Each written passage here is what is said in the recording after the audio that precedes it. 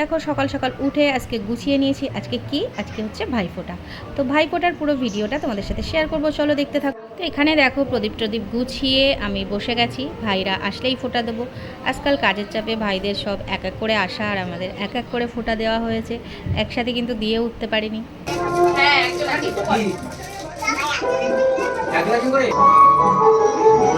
ভাইয়ের কপালে দিলাম ফোঁটা, জমদুয়ারে পড়লো কাটা, যমুনা ভাই জমতে ফোঁটা, আমি দিয়ে আমার ভাইকে ফোঁটা।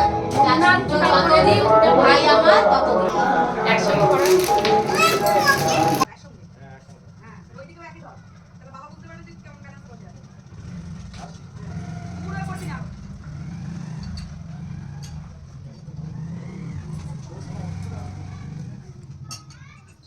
এদিকে ভাইফোঁটা হচ্ছিল আর ওদিকে হচ্ছিল রান্না।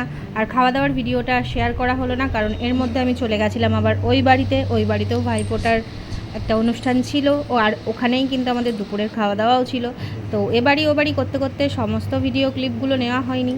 হ্যাঁ, তবে ভাইফোঁটার ভিডিও একটাও বাদ দেইনি, আর যেটুকু করেছি সবটাই তোমাদের সাথে শেয়ার করে দিলাম। আর এখানে কিন্তু আর একটা টুইস্ট আছে, সেটা হচ্ছে আমার মেয়ে ও দুই দাদুকে ভাইফোঁটা দিয়েছিল, তো সেই ভিডিওটাও তোমাদের সাথে শেয়ার করে দেবো। ভাইফোঁটা দেওয়ার পর আমার মেয়েকে দেখো কাকা গিফট দিল। তো এরপরে আমাদের সকালের টিফিন, তারপরে আবার একটু গিয়েছিলাম বোনের বাড়ি, আর তারপরে আবার দুপুরের খাওয়াতে শিফট করে গেছি, এটা তোমাদের সাথে শেয়ার করে দিলাম। কিন্তু এর মধ্যে আমি চলে গেছিলাম আবার আমার বোনের বাড়িতে, কারণ বোনের বাড়িতেও ভাইফোঁটার অনুষ্ঠান ছিল। তো আর বোনের হঠাৎ করে শরীরটা খুব খারাপ হওয়ায় ওকে একটু গুছিয়ে দিয়েছিলাম, আর দাদাও এখানে চলে এসেছিলো, তো এখানে একেবারে দাদাকেও ফোঁটা দিয়ে নিয়েছিলাম। এখানে দেখো আমার ভাইকে ভিডিও কলে ফোঁটা দিয়ে নিলাম, যেহেতু বাইরে থাকে তো এই টাইমটাও আসতে পারে না। আর এইভাবে আজকের ভিডিওটা এখানেই এন্ড করলাম। আর এই দুজনকে বায়নার জন্য আমার দাদা ফোঁটা দিয়ে দিচ্ছিলো। আর তো টাটা আজকের মতো।